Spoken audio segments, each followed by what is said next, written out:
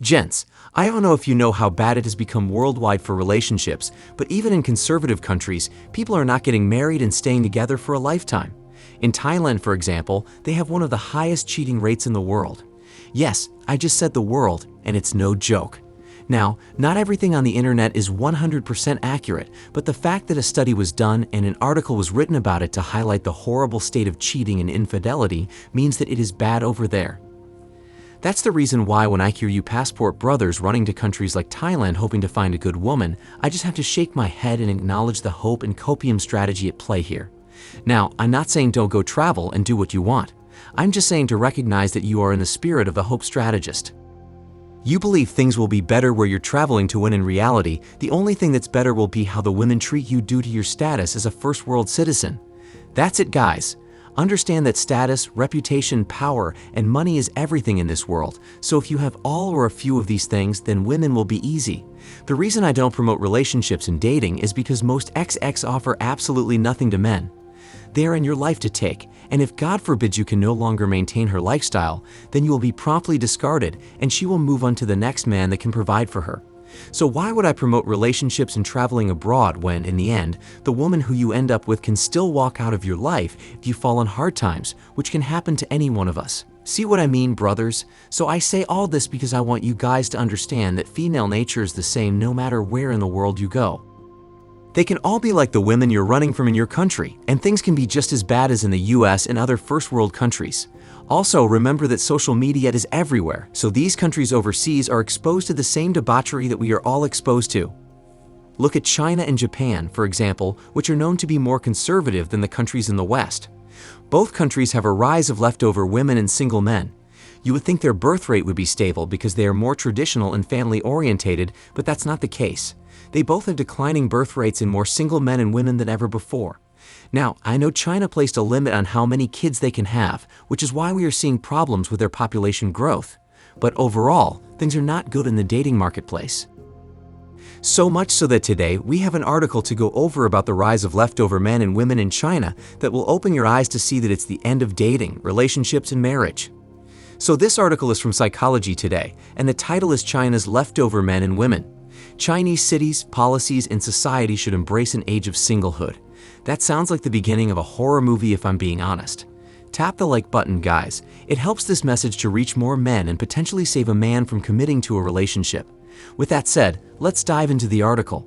In traditional Chinese culture, carrying on the family lineage is often seen as most important.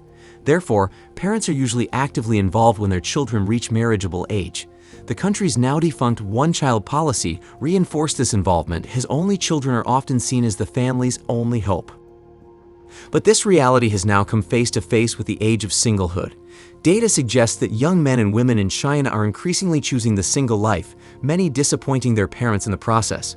Women who remain single in their late 20s and beyond, in particular, tend to face negative discourse. The term leftover women has been used excessively by China's popular culture, heightening the anxiety of single women's parents and leading them to exert more pressure on their daughters. Gents, I find it interesting that they have a family structure and are encouraged to have children over in China, but they still have problems getting men and women to procreate. I'm going to be honest with you guys, I don't get why men busting gallons inside women and starting a family would be an issue when you don't have the media and an agenda being pushed to destroy families. Maybe I'm wrong on that one because I don't live in China or know anyone who does that can tell me the ins and outs of how the relationship landscape is over there, but it is fascinating to see that they are facing the same issues as us in the West. Maybe the one-child policy made the younger generation disincentivized from having kids and building families, which would make sense. However, unless there is womanism running rampant over there and we just don't know about it, I don't understand why it would be an issue. My guess is it's probably due to the economy and the cost of living that has made people not want to take on another mate, but apart from that, I just don't get it. Let me tell you guys something since we're on the topic of family. The reason why the elites of the world want the family destroyed so badly and people to become more and more distant is because it weakens society where it becomes easier to manipulate and control a population that is a one-man is an island type society, and it makes people poorer in the long run. If you want to build and keep wealth, then a solid family structure makes it easier to do if everyone is on one accord and working towards the same goal. This is why most of the elites have families so that when they die, the wealth gets passed on to the next generation instead of going to the people. If you obtain riches and you want to keep it past your death, then the family is how you do it, and that's how you will be able to maintain power in society. But nowadays, because women and people have gotten so selfish and they don't have a vision, the woman will blow up the family, destroy the wealth, and run off with the money. This is why the Bible says the love of money is the root of all evil, because it makes people do destructive things to those around them in future generations. Women demonstrate this every day when they file for divorce just because they aren't happy. This is why the elites will get what they want, because the weakest link, oftentimes the woman or a family member, is a wolf in sheep's clothing. They work in favor of the agenda for their own selfish gain, preying on your downfall without thinking about the long-term consequences. It's sad that most of us have gone through this, or will never get a chance to become elite just because a woman cannot stick with the plan. Let's continue. Indeed, a decline in household size fueled by a rise in the number of one-person households has become apparent in China over the last several decades. Official statistics indicate that the percentage of one-person households rose from just 4.9% in 1990 to 14.5% in 2010, where 58 million households were registered with only a single occupier. Other statistics show that in 2018 there were about 200 million single adults residing in China, and more than a third of them lived alone. Moreover, the divorce rate in China has soared from around 0.96 divorces per 1,000 people in 2000 to 3.36 divorces in 2019. The population of one-person households is increasingly heterogeneous and indicative of demographic, economic, and societal changes. With respect to health, for example, the average lifespan increased from 68.55 years in 1990 to 74.8 years in 2010, and so the expected widowhood and therefore single occupancy among the elderly has increased. Development and increased economic opportunity have shifted societal focus towards industrial and business careers, and as a result, fewer young people are working in agriculture. This shift away from traditional society provides a greater opportunity to live a single lifestyle. The industrialization process has been accompanied by internal migration away from the country and toward the city and unprecedented urbanization of rural areas. In turn, this shift has exposed new populations and the youngest generation to alternative ways of living, such as marrying late, being networked, and staying single. Alright, now we get a deeper look at what's going on. Have you guys realized that the more we go towards larger cities and urbanization, the fewer people choose to be together and raise kids? But if you go to the countryside and suburbs, you'll typically see more families and a better family structure. If you don't believe me, just look at what happens when you put people in major cities versus living in places with communities, and it's night and day. Also, I want to touch on the divorce rates that have increased in 2019 alone. What the hell happened?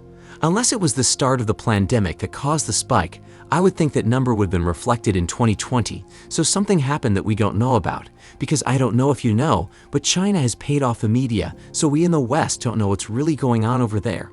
We won't go into that, but it's clear that urbanization and societal changes are the main culprits as to why there is a decline in families over there. I have a theory of why we see fewer families nowadays, but I may be wrong. How I see it, the more security and opportunity to be self-reliant living in society, the less we want to start families and settle down. Think about it. Back in the day, we needed families to help us on the farm in the agrarian era. So it made sense to stick together and create big families. And it's not like women could work and make it on their own, so they were incentivized to stick with a man in order to survive.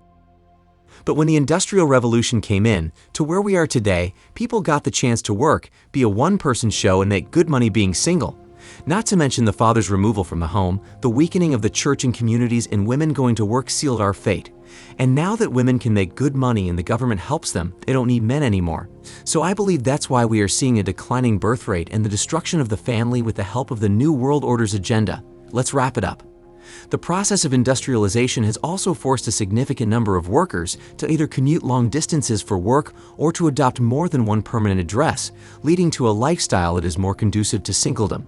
Indeed, by analyzing census data, Chung and Young found the proportion of floating individuals, those with no fixed addresses, to be positively correlated with living alone. Moreover, the same study found non-agricultural infrastructure to be positively correlated with the percentage of one-person households, as well as a positive relationship between single-person households and education levels.